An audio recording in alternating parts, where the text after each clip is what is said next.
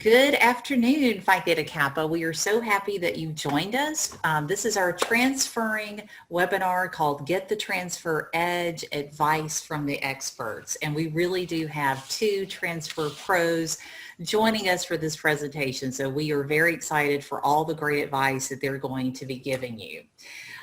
First, just a couple of housekeeping items. We do want your questions. We're going to be covering some of the transferring A to Z topics on our own, but please jump in with your questions. We want to make sure that this is helpful for you, and certainly if we can't get to all of the questions during our live webinar, we will follow up with you to make sure that you get an answer. So please use the chat box or the Q&A box to submit questions for our presenters. And we are recording this, so please know that we will be, okay, I just want to make sure that I say I'm recording it, so I do want to make sure. Yes, it is recording. And we will be posting this in a few days at ptk.org/webinar. So please feel free to rewatch this and share it with your friends. So as I mentioned, we really do have two outstanding transfer pros and Phi Theta Kappa champions joining us for this webinar. So we are very excited to welcome. First, I'll introduce Dr. Casey Maliszewski Lukszo. She is a Phi Theta Kappa alum who also served as our international president. But she has gone on to really have an extensive career in higher education. Her doctorate is in higher education. She's worked at a university specifically in planning and advising programs for new transfer students. And her research focus is on the transfer student experience and how transfer students choose their transfer institutions. So she is a wealth of knowledge. And Casey, we could not be more excited to have you join us today. Thanks so much. I'm happy to be here today. And I will give a shout out for your home chapter. You were inducted, I believe, at Raritan Valley Community College in New Jersey. Yep, absolutely. Okay. All right, great. So Middle States region.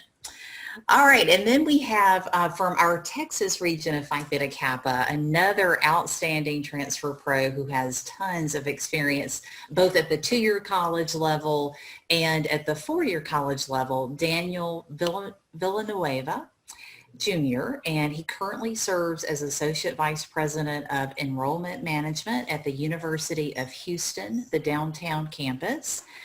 He has been, prior to that though, he served as Dean of Student Services and Enrollment Management at Lone Star College, several campuses in Houston. He's also a Phi Theta Kappa alum from Blinn College and probably has a very unique status as having served as a chapter advisor at 3 different PTK chapters. So Daniel, we are very excited to have you join us as well and to share your great expertise. And Casey, I know I may have skipped over this. I want to make sure everyone knows that you're currently at Northern Virginia Community College. I believe you're at the Annandale campus. Correct. Yep. Okay, so you got both the 4-year and the 2-year college experience as well. So that we certainly have a great panel. So we want to jump in because, as we were saying earlier, we do want to address the elephant in the room when it comes to higher education and our life in a post-COVID world. And so a question that I'll pose to both of you to answer is, what would you say to a student who may be very tentative about making plans to transfer in 2021? Casey, do you want to go first? Oh, okay. Sure. Well, I would say that it's very difficult to tell the future in terms of what's going to happen. So if you're still thinking that transfer might be the next step for you in the next year, I would still encourage you to apply. The one thing that has not changed is universities are still going to have application deadlines and they're going to have to follow those application protocols. So I would encourage you to continue on that path. And then when we get to that, decision-making process, hopefully you'll have more information at that point. Will we be virtual? Will we be back in person? You can make an educated decision as to what's going to work best for you. One of the things that I think has been I think, a positive outcome in the post-COVID world in higher education is I think it's forced, at least the universities that we work with at Northern Virginia Community College, it's forced us to have conversations about how some of these decisions are affecting transfer students. So I think it's forcing a lot of really positive discussions amongst two-year colleges and four-year universities about how policies affect transfer students. Right. And I know that there are those conversations happening at virtually every campus right now. Daniel, what's your perspective? Yeah, I would encourage students, Phi Theta Kappa students, and any community college student out there, to take a second look at their current community college and make sure they're taking every class that they can possibly take at the community college prior to transferring. That's regardless of being in a post-COVID world, but I think especially during this time, it's really important that the students really evaluate the holistic situation that they're in, being that we are in a current COVID situation that we're going to hopefully move to a post-COVID world. But in that time, they need to evaluate their current stance at the community college. In particular, it's very beneficial for students to take as many community college classes as possible and get their associate's degree. And each student's situation is very, very different, right? So they have to individually evaluate that, but take those credits and apply those to the universities. I know I'm working with 6 different universities as an external consultant as well as my university, and we're looking at how universities are recruiting students in particular during this time.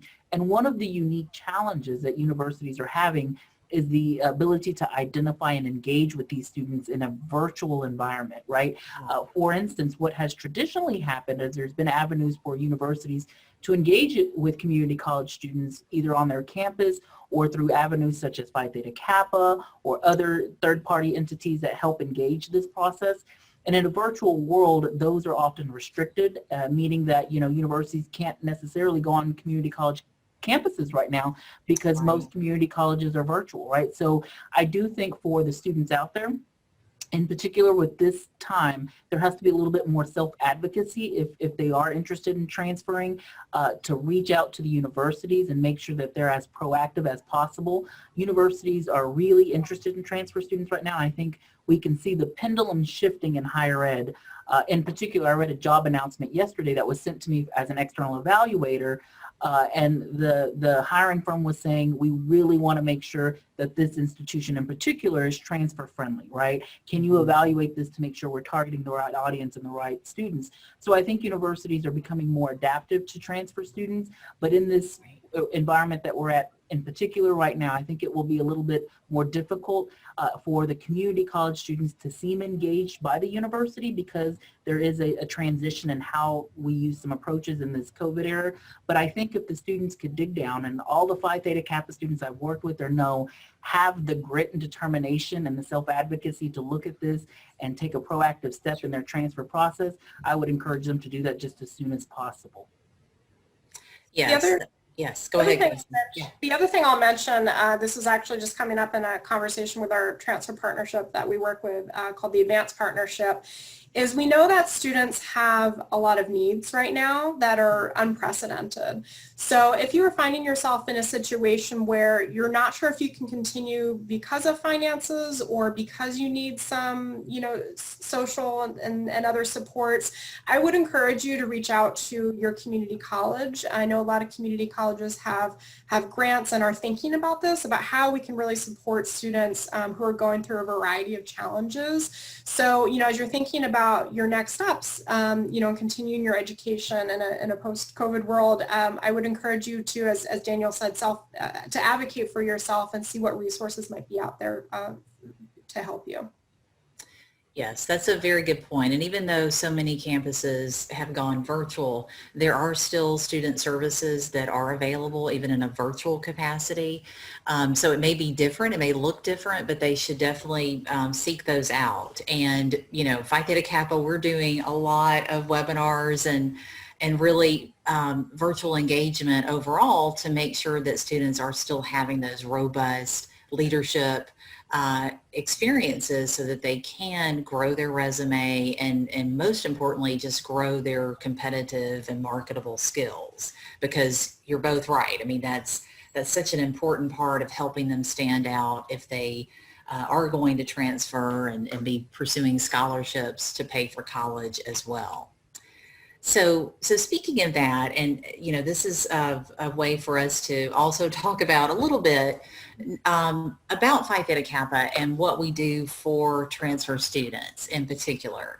We want to emphasize that Phi Theta Kappa membership is open to all students.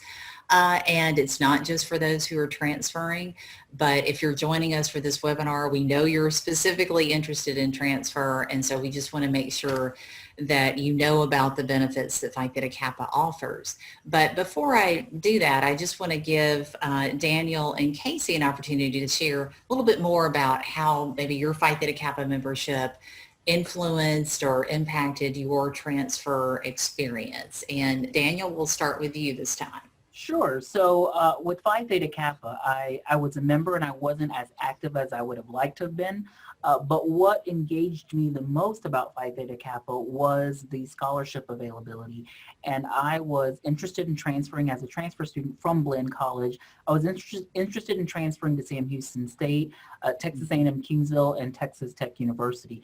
And at the time, Texas Tech University had a transfer partnership with Phi Theta Kappa in which they automatically awarded a transfer scholarship. And for me, as a first-generation college student who comes from a low-income family, that was pivotal to me. And so for me, that really took my membership to a next level and really paid, twofolds for me to be able to get a scholarship for the next 4 semesters, 2 years to completion. Now, I took 3 years instead of 2 years, oh, wow. But it did help in funding my education. It played a vital role. And that's from the perspective of the student. But as an advisor and a chapter administrator, in addition, I've seen how Phi Theta Kappa has been able to transform students' lives, right?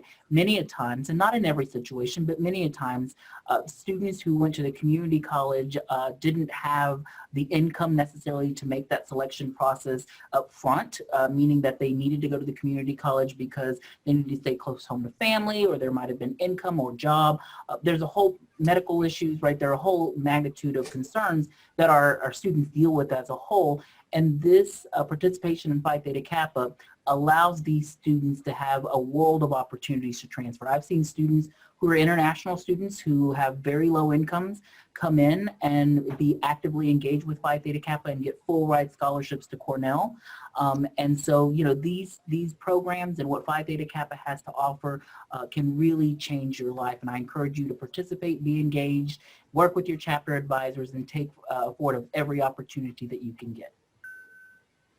Thank you. Well said, Daniel. Casey, what about you? Yeah, my Phi Theta Kappa membership had a huge impact on my life and my education. I like to say that my Phi Theta Kappa membership was one of the best things that happened to me in my life because it gave me lifelong leadership skills, it gave me an appreciation for service, and of course it gave me lifelong friends, many of whom are still some of my best friends today. But it also shaped my transfer experience. In addition to the amazing transfer scholarships that Danielle mentioned, I also had the benefit of tapping that network of knowledge that was surrounding me. So I remember when I was selecting colleges to apply to and when I was making my final decision, my Phi Theta Kappa advisors, alumni, and Phi Theta Kappa headquarters staff members were really influential in helping me pick the college that was the right fit for me.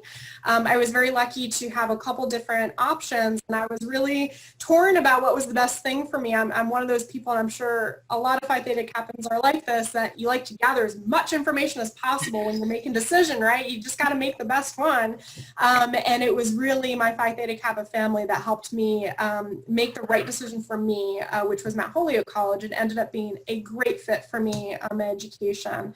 And the benefit was, between my Phi Theta Kappa scholarships and transfer scholarships, I was able to graduate with very little debt, which was just phenomenal and definitely life-changing. So I definitely owe a lot of to where I am today to my Phi Theta Kappa family and my community college. And in fact, actually, I was just telling Jennifer when I was working to finish up my doctorate degree, for those of you who are familiar with doctorate degrees, one of the milestones is your dissertation, which is basically defend the research that you've done. And so I have a little t-shirt here. Oh, yes. Words, but it says, proud to be a community college alum, hashtag CC to PhD, because my Phi Theta Kappa experience and community college just really has made me who I am today. Yes, so we're all three products of community colleges and Phi Theta Kappa. And, you know, honestly, Phi Theta Kappa, the strength of our organization is through the members and the local chapters and that support level that just goes all the way up. So we are so proud of both of you and what you've continued to give back to Phi Theta Kappa. So thank you again for that. And, you know that we've got a whole Transfer Edge course that is online, it's self-paced, and it's like having Daniel and Casey and other transfer pros right beside you, leading you through all the steps of transfer. And so if you're a Phi Theta Kappa member, you just use your PTK username and password to log in free of charge. It's part of your membership. And there are digital badges that go with it. So if you only want to do 1 or 2 units, depending on where you are in the transfer process, you can do that. And you get a digital badge that you can then share, like on your LinkedIn profile or on your resume. And it allows a employer or potential transfer admissions officer or scholarship provider to click on that and see the additional credentials that you've gained. And, you know, really being a self-starter, I loved that you guys mentioned that about self-advocacy. You know, there's so much support out there, and sometimes it's just a matter of doing a little internet searches and, you know, staying connected with organizations that you're a part of can really connect you with those, you know, those benefits and really understanding what resources are available to you. And there was a question that I want to go ahead and answer right now. We have an international student that was wondering about their eligibility for scholarships. And Daniel, you said you would like to answer that one as well. Yeah, okay. Sure. So the federal government doesn't allocate any funds specifically for A1 visas or any visa type of students. But institutions can make commitments to international students by allocating funds, institutional dollars specifically to international students. So if I was an international student today looking about how I could transfer, I would contact the universities that I'm interested in transferring to and ask if there is specific funding for international students. Many of the times that funding comes through the form of a FAFSA, although the federal government doesn't allow the FAFSA to be utilized to leverage and award state and federal money. It can be leveraged to use institutional dollars, right? So I think one of the misconceptions out there is that there is not funds for international students through financial aid. And generally that's correct with state and federal dollars, but institutions, as the University of Houston downtown does, will allocate several hundreds, thousands of dollars to recruit international students and can help.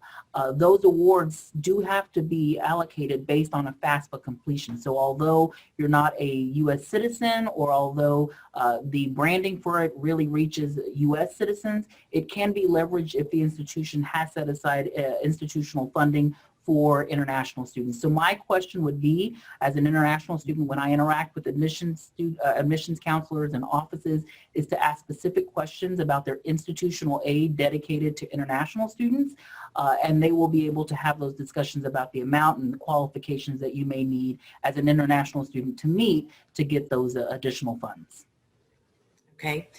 We definitely have, you know, one of the benefits of Phi Theta Kappa membership is not only the university partners, as Daniel was saying, there may be some specific guidelines that they have to follow for their federally based scholarships, but Phi Theta Kappa's administered scholarships, programs like Geistwide and All USA Academic Team, Heights, all of our scholarship programs are open to any member. So no matter if you're an international student, what your citizenship is, you are still eligible for our PTK administered scholarship. So definitely check our website The fall is when we have our application available for scholarships to transfer. So now is the time, and the application is open. So definitely go to our website, my.ptk.org is where you'll find the actual application. So Casey, was there anything else on that you wanted to say? Or no, I think you both covered some great points. And then always just keep in mind, scholarships that you might find out about through Phi Theta Kappa, but maybe aren't necessarily run, like the Jack Kent Cooke Foundation Scholarship and some of those external scholarships as well. Yes, that's a very good point. And we do have links to those type of scholarships. So other third-party scholarships, as we call them, and we even have a Facebook Live event tomorrow afternoon at 2:30 Central Time that's going to talk about applying for the Jack Kent Cooke Scholarship. And if you're not familiar with that, that is the largest transfer scholarship available to community college students. So it's usually around $30,000 plus. So definitely want to pay attention to that one. And if you can, attend the Facebook Live on Phi Theta Kappa's Facebook page tomorrow. Okay, so let's talk about, we'll get back to questions in just a moment, but I want to just widen this out a little bit to talk about transfer-friendly schools and just some, starting with some basics about things that really students need to be on the lookout for. And Casey, I know some of your research is very much in this area, so I would love for you to start us out on this one. Yeah, and I'm so glad that you asked this question, Jennifer, because it is very relevant to a recent study I'm just finishing up. So one of the studies that I'm working on, what we did is we asked students who are current transfer students or who have graduated within the last 10 years, we asked them what factors were most important to you when you were looking at schools and when you were choosing a transfer school. So things like, location, cost, campus life, things like that. And we asked them to compare it to the factors that were most important in their satisfaction of whether they were satisfied with their transfer school. And one of the things that we've discovered through this study is that that transfer friendliness was not necessarily a factor that students necessarily considered when they were looking at colleges, but it was the most important factor in whether or not they were satisfied with their school. So what this tells us as researchers is, and of course, as a practitioner, of course, this makes perfect sense, is that when you are looking for a school, it is really beneficial for you to ask some questions and to consider that as part of your search process. As transfer students, we've been in community colleges. We kind of know, some basic routines of, how to be a great student, especially our Phi Theta Kappa members. But we want to make sure that we're going to choose schools that are a good fit for us. I call it transfer fit. And so some things that you can ask colleges in this is what types of supports do they provide transfer students? Do they have a transfer student center? Do they plan transfer events to bring transfer students together? Do they offer some type of mentorship for new students, whether it's pairing you with another transfer student or another student just as an incoming transfer student?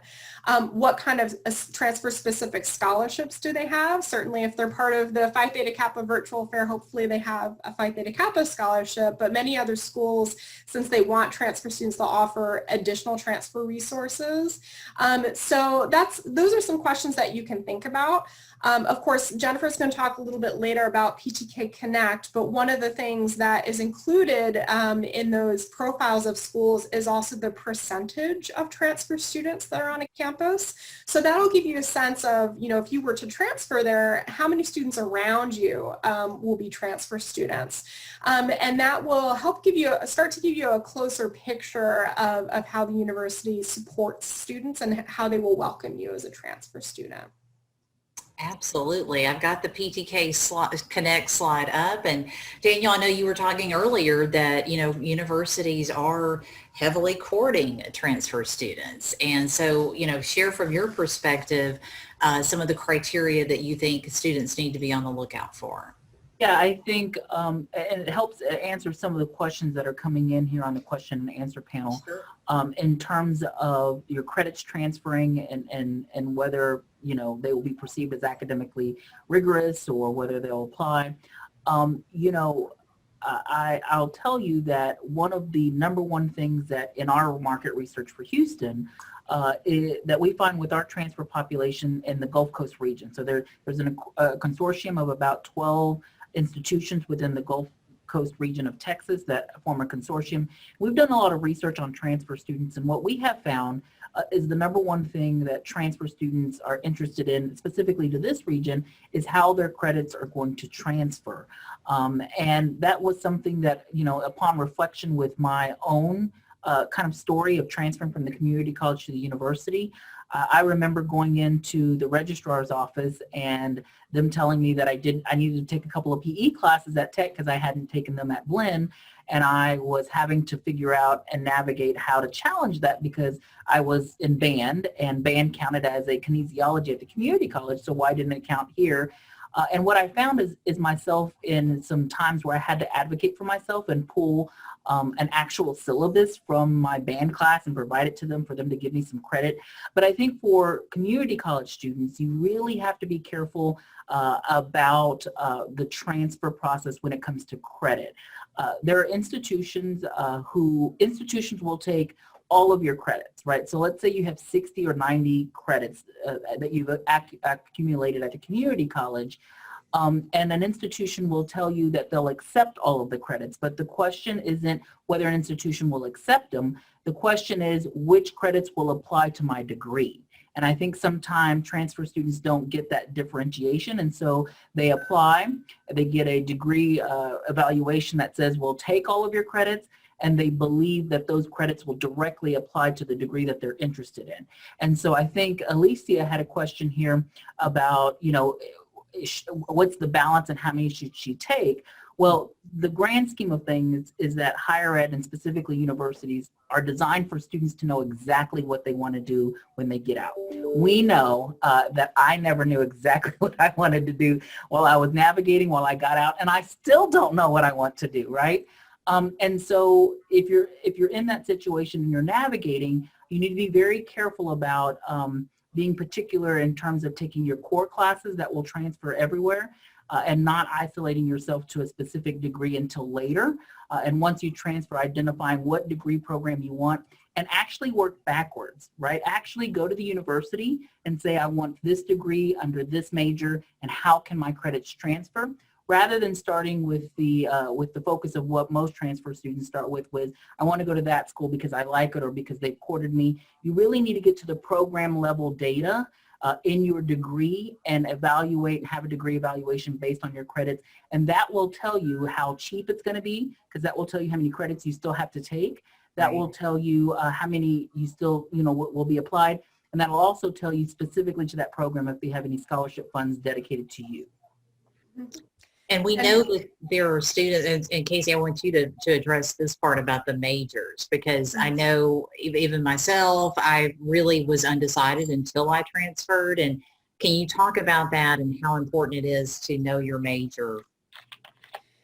Yeah, and what I would say is, of course, like Daniel, I took a long time to figure out what I wanted to do, and it was, a process of elimination along the way. So I definitely understand that students are at all different stages of their choice process in terms of what you want to do, not just for your major, but for your career. The advice I would give is, and I'm not going to sugarcoat it, that, the sooner you can determine that, in terms of transfer, the better off you'll be. Because as Daniel said, the system as a whole is really designed to help you, kind of funnel the classes you're taking into a specific program that you're looking at, so that you can get, once you get your general education classes out of the way, well, then you're starting to focus in on major level classes, and that's going to, really depend on which major you're pursuing. So the sooner you can figure that out, the better off you'll be. Just in terms of transfer, it doesn't mean, you can't change your mind. It just means that the implications of that means it could take you a little longer to finish that 4-year degree once you transfer. So you do have to just kind of keep that in mind. The other thing I'll say about this is, when I was working as an advisor with new transfer students at the university level, I would frequently work with students who were in a spot where I would call major paralysis, that they They were hesitant to select a major because they thought it was going to determine the course of their entire life. And when you think about it like that, that's a really big decision, right? And so what I would encourage students to think about is, what do you enjoy? What classes do you like?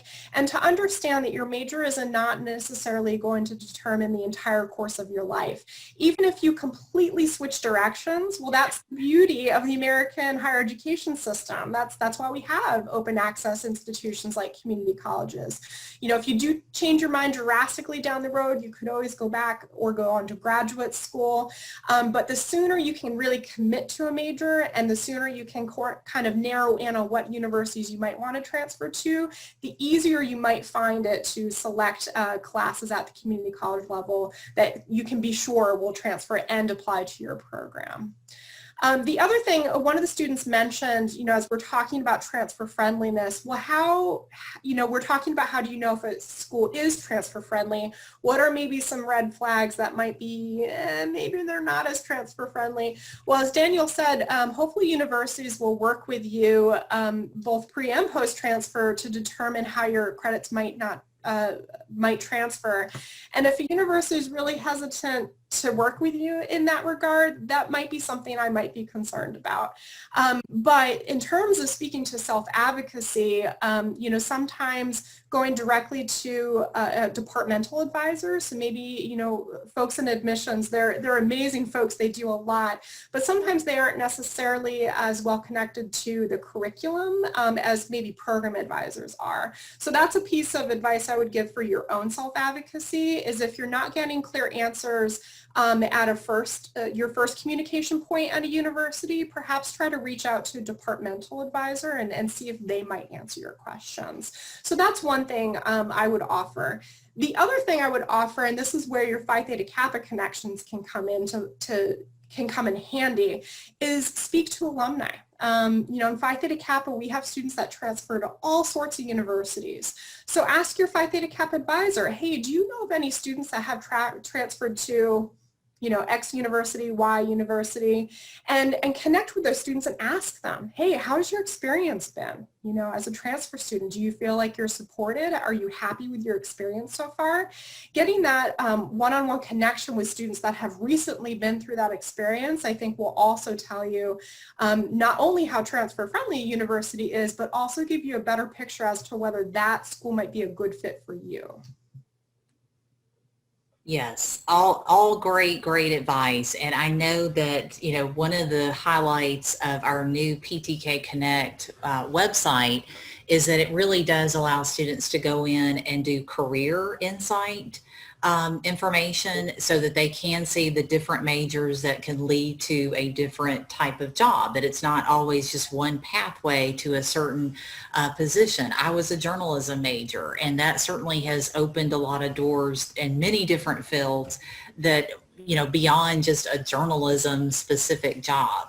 So I really appreciate you're both saying that you don't have to have it figured out necessarily exactly the job title and description. And quite frankly, in this 21st century, 5 years from now, there may be jobs that we don't even, could write the job description for right now, but that will be very much in demand. So it's really about getting that education that allows you to have those critical thinking skills, to build your resilience, to understand how to analyze and communicate and all of those things. So it can, again, there are many different pathways.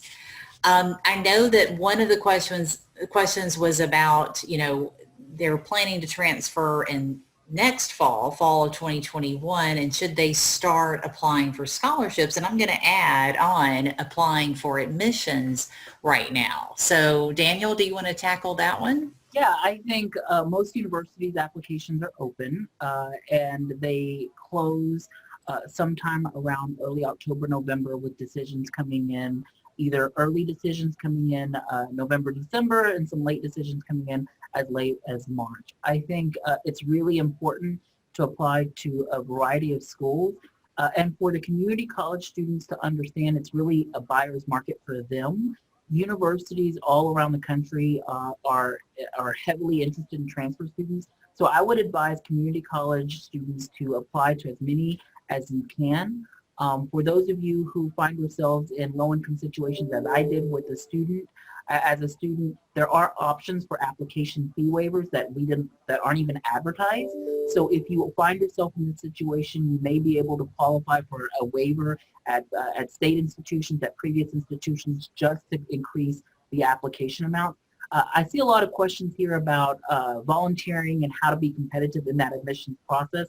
I will tell you, the earlier that you apply, the more competitive you are, as well as some insight information, right? Most people think admission standards are required. What I have learned in working in universities and with universities is they are the standard, yet there is room for negotiation in every aspect of it. And so when you're sitting here thinking about how to make yourself more competitive in terms of resume, volunteering, extracurricular activities, GPA, what I will tell you is you need to be actively engaged in all of it. And what a university is looking at the end of the day is making a class. So we perceive incoming classes as a cohort of people. And so what we accepted last year may not necessarily be who we accept this year or the year after, because it's dependent upon the applicant pool. So I can't tell you, do this, this, this, and this, and you will get into this university, because it's really dependent upon the application pool that's drawn in. That's a really good thing, because if you're an applicant who struggles in one area, you may be competitive at an institution that you wouldn't have been in years prior, or you won't be in future years. But what I will tell you is to make a compelling argument on the application essay and make it personal and make it relative to social justice, to academic integrity, make it interesting in terms of telling your story, where you're from, and what you hope to do with the education.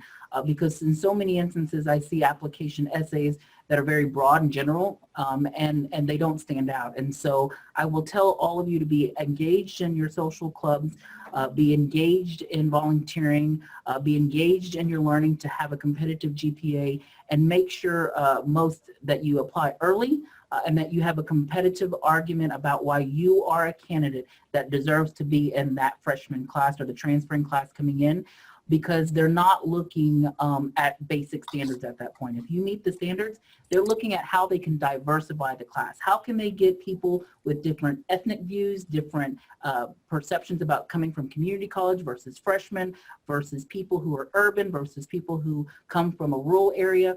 And so you're really trying to sell yourself as a unique candidate that can add something to the class of the institution you're trying to come into. And if I could just tack on a few additional thoughts.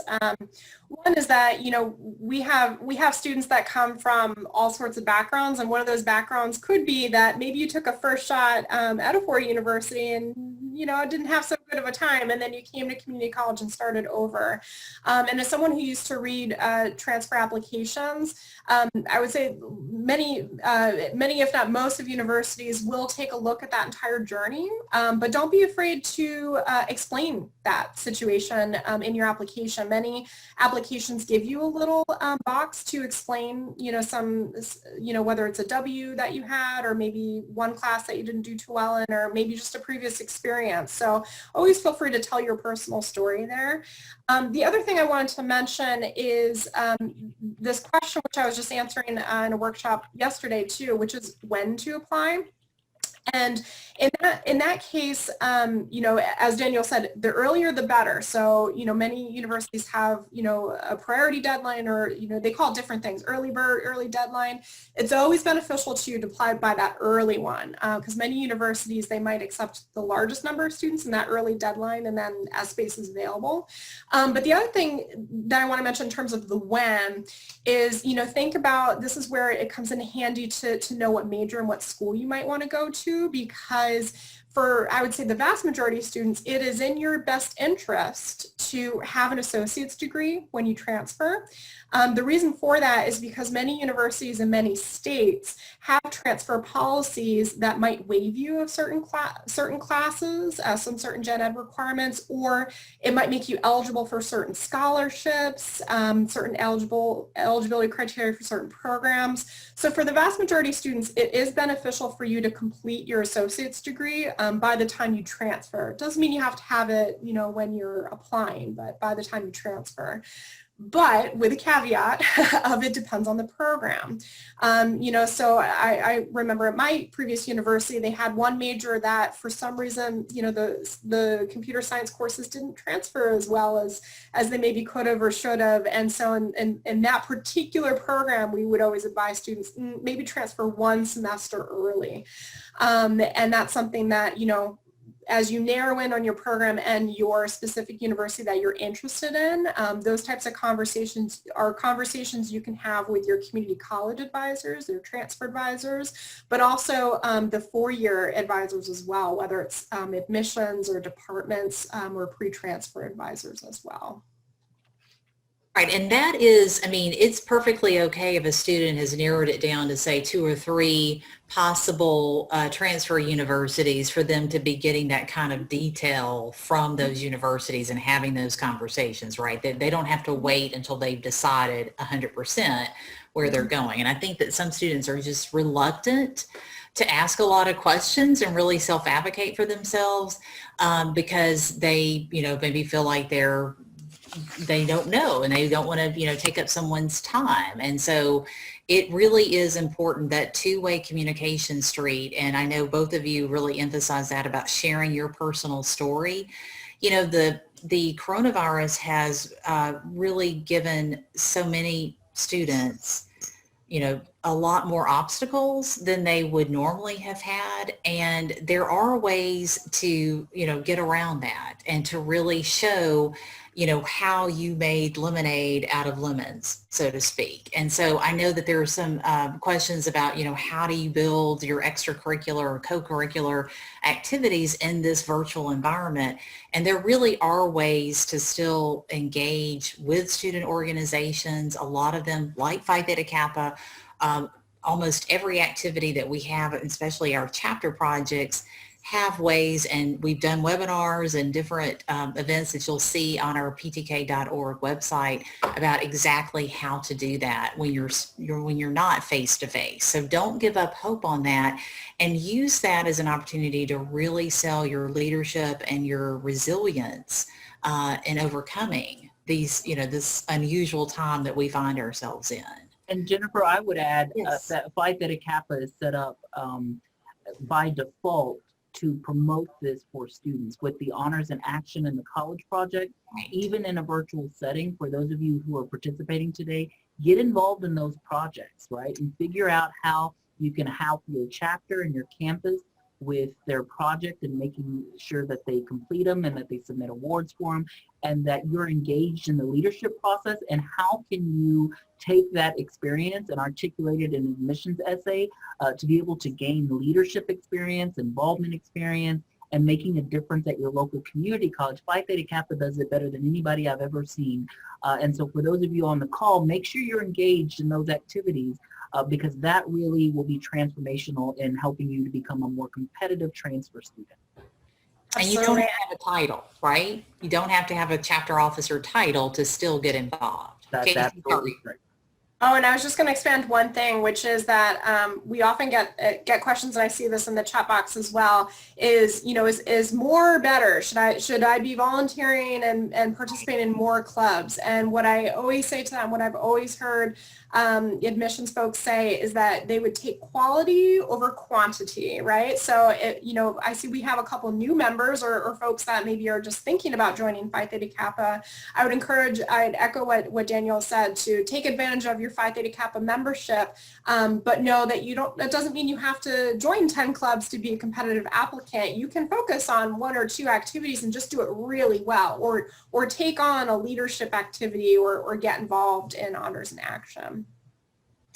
Yes, and I know that there are concerns about, how do you even choose a college that you can't necessarily visit right now. And Phi Theta Kappa, we're doing a lot of virtual college fairs, and I know the universities are making themselves available not only, for us and for these events, but certainly one-on-one virtual counseling sessions as well.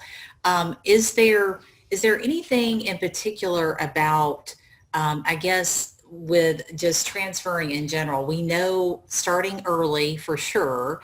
And I know that, Daniel, I think you mentioned March is sometimes a late decision. So again, that's why we're having this in the fall when so many students start to think about it in the spring. And that can be too late for scholarships and even getting into the university of your choice. One student asked if there really is, the colleges that may not be transfer friendly, and there are colleges that really don't accept transfer students. They may be changing that philosophy in the next couple of years, but that's why it's important to go to PTK Connect and use that as your research tool to find those transfer friendly institutions, because that can help weed out those that are not as transfer friendly, as we've talked about the different sources and resources that they offer.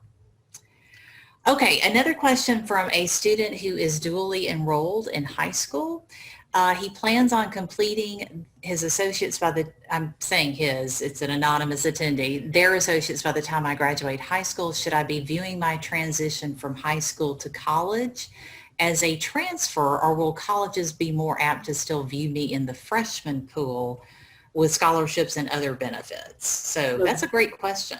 Yeah, so Jennifer, the way the state of Texas and the federal government defines that is they come in as a freshman transfer student, right? So they will meet the freshman guidelines. They will have 60 credit hours, perhaps more than those, depending upon if they got an associate's degree. But the state of Texas institutions and the coordinating board here define them as a freshman student, and so does the federal government. So although they come in with transfer credit and it applies, they still are considered a freshman. Each college can determine how they want to evaluate freshman transfer students on whether they have a different set of criteria. Because you do have transfer credit, they may ask for a certain GPA, whereas freshman transfer admits may not have a college GPA because they haven't taken them. So it's really dependent on the institution. But I would encourage those students who are in that situation to apply and make sure the college that you understand that you will be a freshman, but ask the college specifically, will you evaluate me on a freshman transfer grid, and what does that look like in comparison to an incoming freshman with no previous college credit? And one other thing that I would encourage these students to think about too is to think about what they want to get out of their college experience, because you may be admitted as a freshman student, but you're going to be coming in with all these transfer credits, right? So what does that mean? Do you want to use that extra, free credit time, if you will? You used to want to be in college for 4 years and maybe take a lighter load of courses. Do you want to finish early? Do you want to just finish in 2 or 3 years, or do you want to take a gap year somewhere in there, to have an awesome internship or job experience? So think a little bit about the implications of that and how you want that to shape your college experience. Right, and I know there was a student asking about, the different types of scholarships and if there were full tuition scholarships, and it really is going to be university by university. And so doing your homework as early as possible there, you could certainly apply for a Phi Theta Kappa scholarship, but one that's exclusively designated for Phi Theta Kappa members, but then add on other scholarships that you're eligible for, correct? I mean, that's... Yeah. And Jennifer, I would add in closing, because I know we have another event after this. Yes. But in closing, we are all really good social media detectives in our environment, in our engagement. We stalk people, we like profiles. You can follow me on Instagram and Facebook. That's my shameless plug. But my point is we have skill sets built into us in a social and a virtual environment that I would encourage these students to be college detectives. Go online, snoop on their websites, figure out who the faculty are, stalk their resumes, look at all of their admissions pages. As engaged as we are in social media, when you're investing in the future of your education and you're spending large amounts of dollars, be as curious about the institution you're transferring to as you are your social media influencer. And that's what I would leave the students today, is be engaged, be involved, and be a college detective. Well said. And as we're wrapping up, Casey, would you like to offer some final words of wisdom too? Just don't be afraid to advocate for yourself. Feel free to ask colleges questions. You may not always get an answer that you're looking for, but if you don't ask the question, you'll never find the answer, right? So just make sure that you're polite and friendly as you're asking these questions, especially if you don't like the answer, but never be afraid to ask those questions. Yes, that's a good point. I mean, definitely professionalism goes a long way, and so many transfer admissions officers really are advocates for students and they want to help. So very good advice. Don't be afraid to ask the question. We do have, as I mentioned earlier, we have virtual college fairs going on throughout the fall. And this week in particular, we have one coming up next at 3 o'clock Central. So there's still time to join for that. And I'll put this link also, let me see if I can. If you go to our Phi Theta Kappa Facebook page, you can also click on it from there. It's free registration, so you can sign up for the one happening this afternoon, or we have 2 others this week, and look for more virtual college fairs and webinars like this one later this fall as well. So be sure to stay connected with Phi Theta Kappa for all the resources that are available to you. I just cannot say thank you enough to Casey and Daniel. You guys are a wealth of information, and honestly, we need at least 3 more hours to go through the transfer questions. So thank you again for joining us, and we look forward to seeing you at our next Phi Theta Kappa virtual event. Have a great afternoon, everyone.